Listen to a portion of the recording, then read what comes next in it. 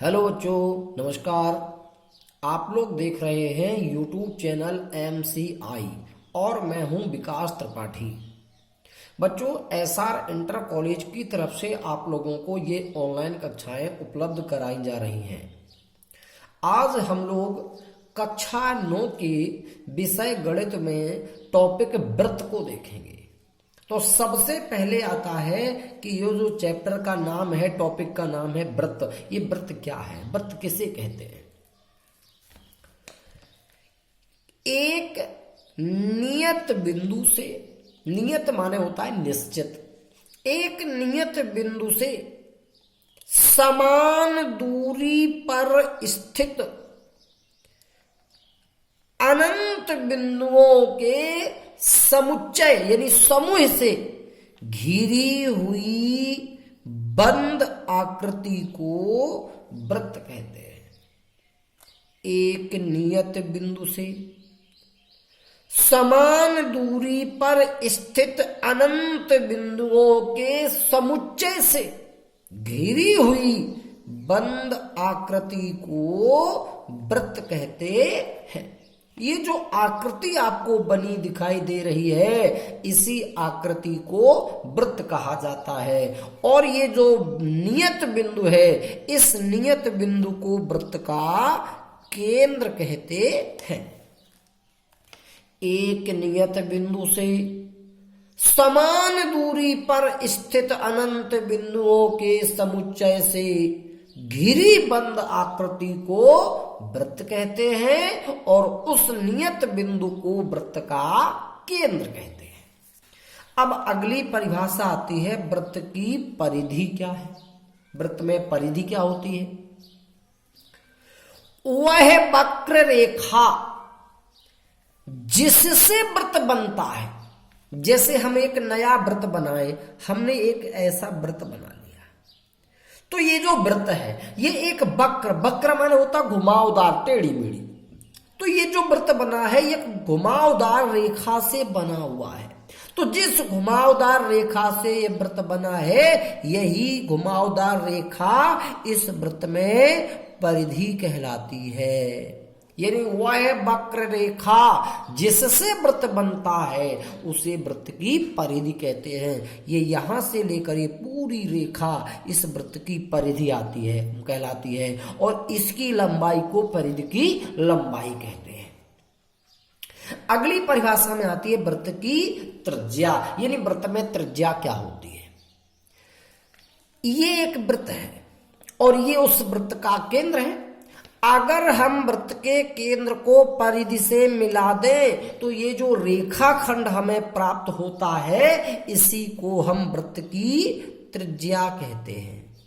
यानी वृत्त के केंद्र से परिधि को मिलाने वाले रेखाखंड को उस वृत्त की त्रिज्या कहते हैं।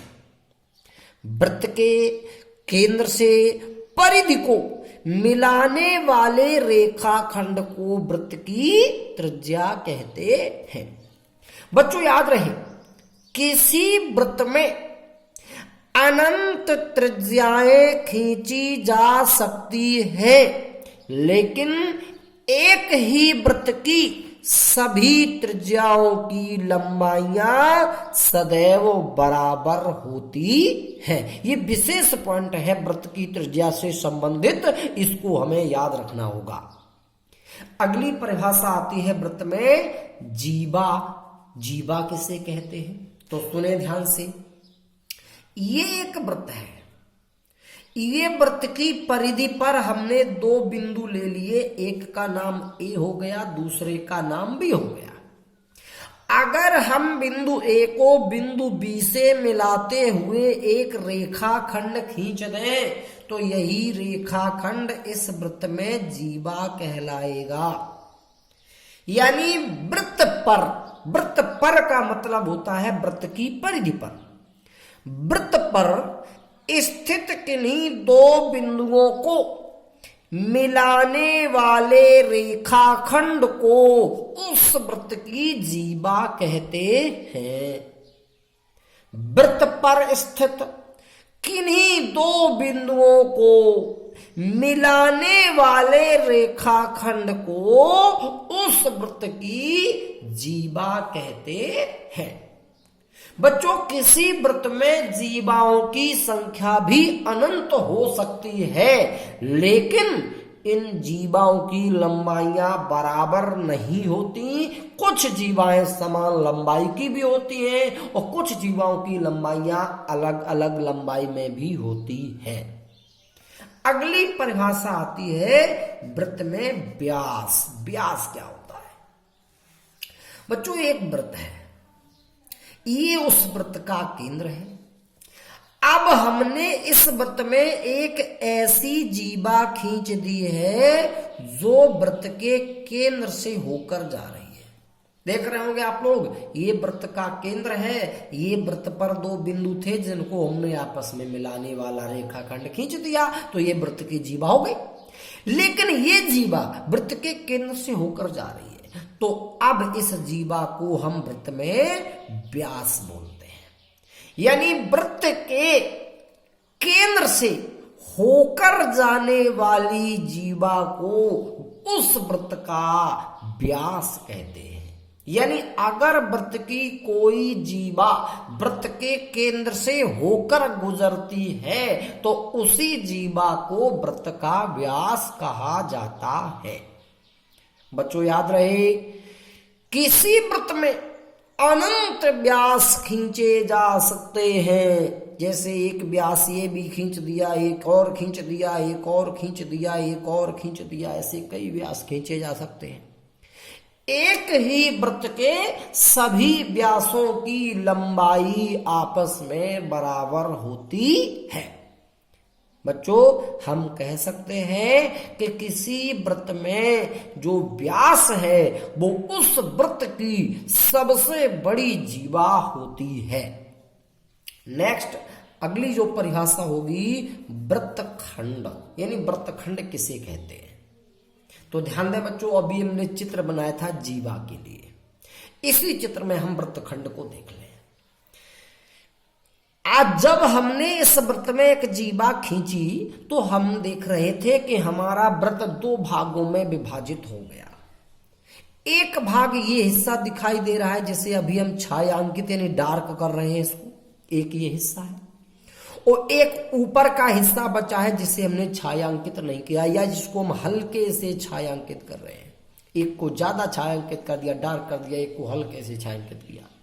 यही प्रत्येक भाग वृत्तखंड कहलाते हैं। यानी वृत्त की जीवा वृत्त को दो भागों में विभाजित करती है, प्रत्येक भाग को वृत्तखंड कहते हैं। ये जो नीचे का डार्क हिस्सा है ये भी वृत्तखंड है, और जो ऊपर का कम डार्क हिस्सा है ये भी वृत्तखंड है। बच्चों, वृत्तखंड दो प्रकार के होते हैं। एक तो होता है लघु वृत्तखंड और दूसरा होता है दीर्घ वृत्तखंड। लघु वृत्तखंड क्या होता है? लघु माने सीधा सीधा छोटा और दीर्घ माने बड़ा। यानी जो वृत्तखंड छोटा होगा वो लघु वृत्तखंड और जो वृत्तखंड बड़ा होगा वो दीर्घ वृत्तखंड। लेकिन अगर इसकी पहचान के बारे में हम देखें तो वह है वृत्तखंड जिसमें वृत्त का केंद्र स्थित होता है, वह वृत्तखंड दीर्घ वृत्तखंड होता है। और जिस वृत्तखंड में वृत्त का केंद्र स्थित नहीं होता है वह वृत्तखंड लघु वृत्तखंड होता है। इस बात को भी हम ध्यान रखेंगे। अब बात करते हैं हम अर्धवृत्त की। अर्धवृत्त क्या होता है? अर्धवृत्त के लिए बच्चों हम एक बार चित्र फिर बना लें। ये वृत्त हो गया, ये वृत्त का केंद्र हो गया और ये वृत्त का व्यास हो गया। अभी जब हमने वृत्त में एक जीवा खींची तो हमारे वृत्त के दो भाग हुए। जब हमने किसी वृत्त में व्यास खींचा तो भी वृत्त के दो भाग हुए, लेकिन दोनों में अंतर क्या है कि जब हम वृत्त में व्यास खींचते हैं तो वृत्त के जो दो भाग होते हैं वो समान होते हैं, लेकिन जब जीवा खींचते हैं तब जो दो भाग होते हैं वो समान नहीं होते हैं। तो जब ये भाग समान नहीं होते तो इनको वृत्तखंड बताया गया, हमने बताया भी। लेकिन जब ये दोनों भाग समान होते हैं तो इस प्रत्येक भाग को अर्धवृत्त कहते हैं। यानी वृत्त का व्यास, ये जो व्यास है, वृत्त का व्यास वृत्त को दो बराबर भागों में विभाजित करता है, प्रत्येक भाग को अर्धवृत्त कहते हैं। ये जो नीचे का हिस्सा है ये भी एक अर्धवृत्त है, और ये जो ऊपर का हिस्सा शेष बच गया है ये भी एक अर्धवृत्त है। यानी इसे भी हम अर्धवृत्त कहेंगे नीचे के हिस्से को, और ये ऊपर का हिस्सा भी एक अर्धवृत्त कहलाएगा। वृत्त का व्यास वृत्त को दो बराबर भागों में विभाजित करता है, प्रत्येक भाग को अर्धवृत्त कहते हैं। ये भी एक अर्धवृत्त हो गया और ऊपर का हिस्सा भी एक अर्धवृत्त हो गया। अब बात करते हैं वृत्त में चाप क्या होता है। बच्चों ये एक वृत्त हो गया। इस वृत्त पर हमने कोई दो बिंदु ले लिए ए और बी, ए यहां ले लिया और बी यहां ले लिया। जब हम किसी वृत्त पर मतलब वृत्त की परिधि पर कोई दो बिंदु लेते हैं तो हमारे इस वृत्त की परिधि दो भागों में बट जाती है। देख रहे होगे आप, एक भाग यहां से लेकर यहां तक हो गया परिधि का, वो एक भाग यहां ऊपर हो गया। तो जब हम वृत्त पर दो बिंदु लेते हैं तो वृत्त की परिधि दो भागों में विभाजित हो जाती है। यही प्रत्येक भाग, परिधि के जो दो भाग हो गए, यही प्रत्येक भाग वृत्त का चाप कहलाते हैं। यानी वृत्त की परिधि पर स्थित कोई दो बिंदु वृत्त की परिधि को दो भागों में विभाजित करते हैं। एक भाग ये हो गया, एक भाग ये हो गया। प्रत्येक भाग को वृत्त का चाप कहते हैं।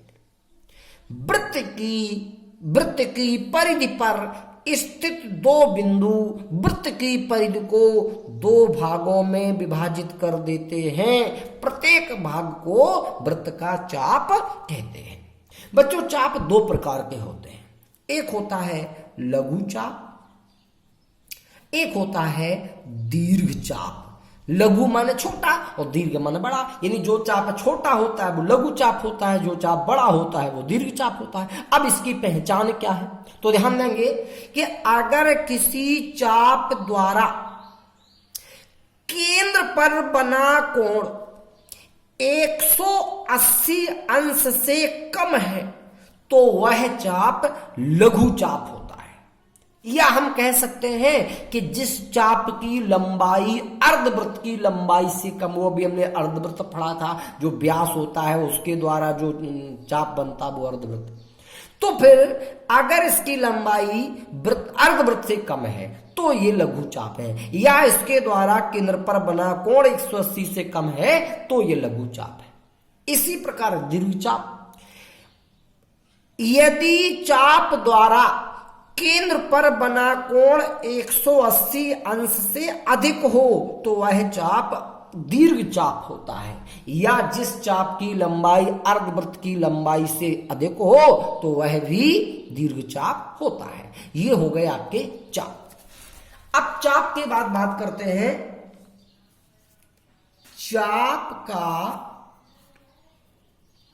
अंश माप। चाप का अंश माप, चाप का अंश माप क्या होता है? ये एक वृत्त है और यहां से लेकर यहां तक ये वृत्त का एक चाप हो गया। ये चाप AB।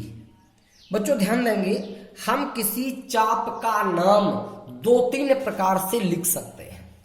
जैसे ये चाप है यहां से लेकर यहां तक, अगर हम इसमें तीर का निशान इस प्रकार से लगा दें तो अब हम इसे चाप AB लिख सकते हैं। अगर तीर का निशान उल्टा लगा होता, इधर को लगा होता, तो हम इसको चाप BA लिखते। किसी चाप के नाम को लिखने के लिए हम एक तीसरा बिंदु भी यहां ले सकते हैं और अब हम इस चाप को AXB या BXA के नाम से भी लिख सकते हैं।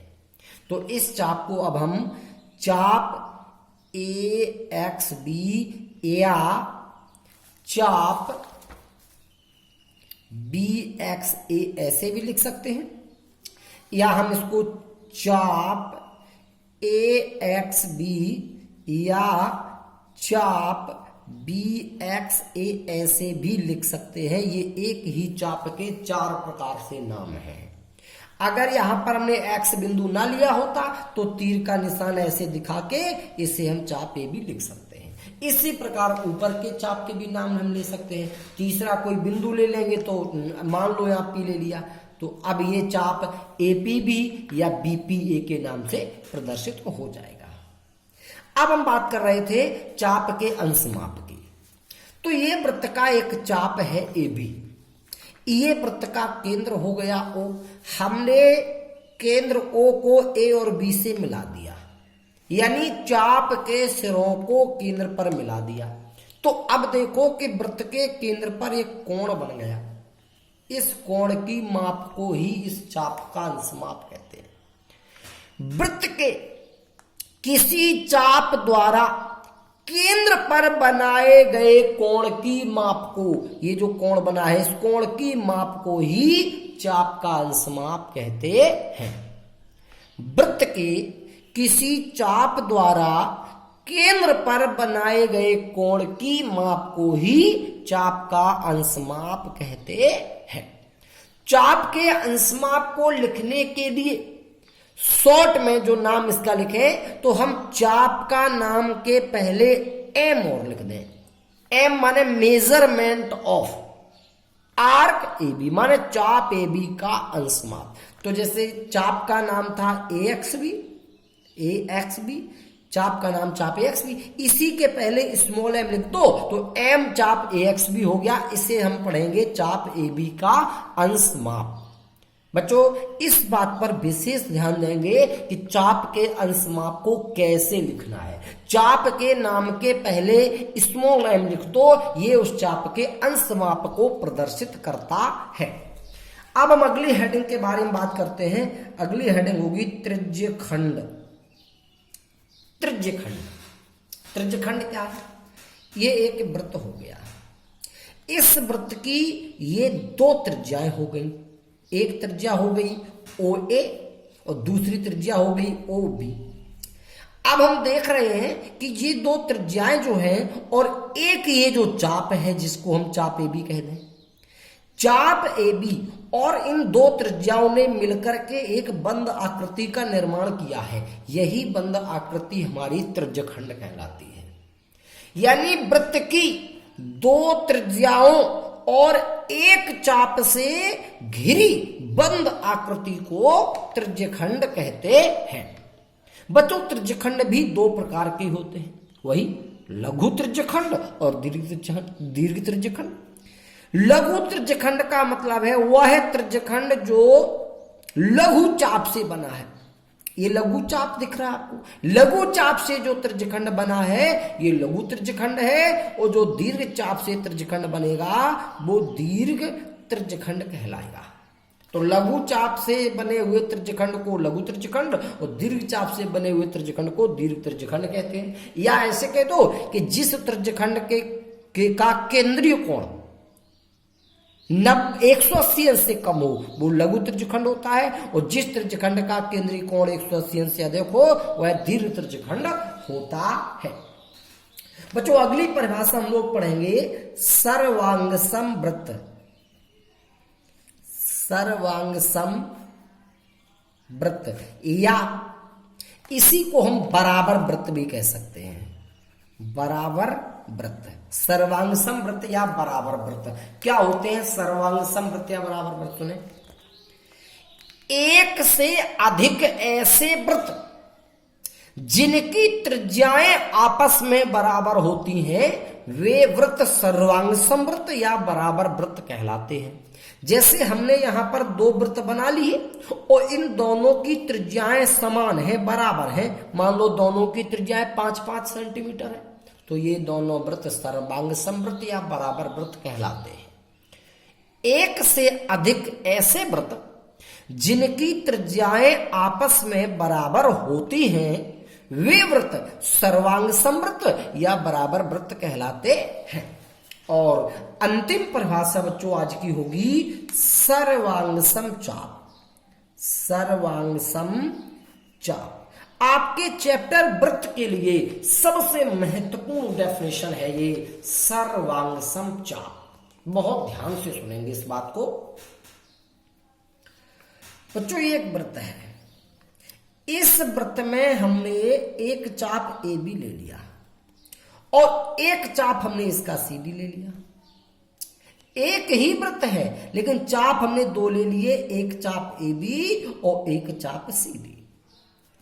अब ये है वृत्त का केंद्र। अगर चाप ए बी ने केंद्र पर और चाप सी डी ने केंद्र पर समान कोण बनाए, बराबर कोण बनाए, तो हम कह सकते हैं कि ये चाप और ये चाप सर्वांग सम चाप है। अर्थात क्या मतलब हुआ? तो बच्चों ध्यान दें, सर्वांग सम में चाहे वृत्त हो, चाहे त्रिभुज हो, चाहे चाप हो, वैसे सर्वांग सम का मतलब होता है ऐसी दो वस्तुएं या आकृतियां जिसमें एक वस्तु के ऊपर दूसरी वस्तु को रख दिया जाए तो वो दूसरी वस्तु पहले को पूरा पूरा ढक ले, तो वे आकृतियां सर्वांग सम होती हैं। लेकिन सर्वांग समता के प्रतिबंध के तौर पर हम कह सकते हैं यदि एक ही वृत्त के ऐसे दो चाप जिनके अंशमाप आपस में बराबर हो वे सर्वांग सम चाप होते हैं।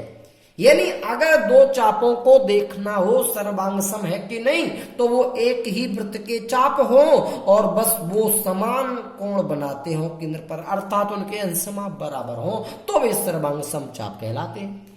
लेकिन यदि यही चाप दो अलग अलग वृत्तों के चाप हैं तो ध्यान देंगे, पहली चीज तो ये दोनों वृत्त सर्वांग सम होना चाहिए। जिन वृत्तों के ये चाप हैं ये वृत्त कैसे होने चाहिए? सर्वांग सम।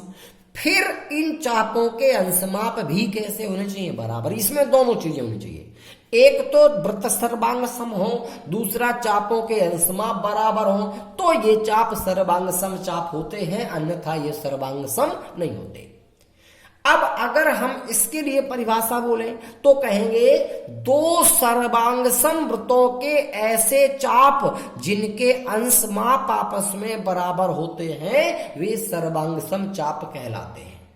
ये एक ही वृत्त के चापों के लिए परिभाषा हो गई, अलग अलग वृत्तों के लिए हो गई। अब हम एक साथ दोनों परिभाषाओं को बोले तो कैसे बोलेंगे? यही मुख्य परिभाषा होगी।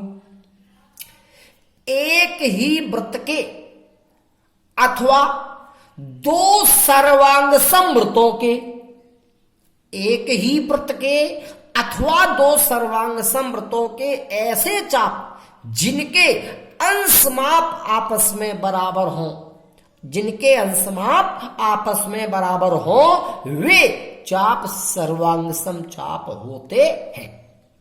जैसे ये चाप है ए बी तो इसको चाप ए बी लिख दिया, ये चाप है सी डी इसको चाप सी डी लिख दिया। अब अगर इनके अंशमाप आपस में बराबर हुए और ये वृत्त भी सर्वांग सम हुए तो ये चाप हो जाएंगे सर्वांग सम। इन चापों को सर्वांग सम दर्शाने के लिए प्रतीक होता है ये सर्वांग समता का प्रतीक, ये सर्वांग समता का प्रतीक प्रयोग किया जाता है।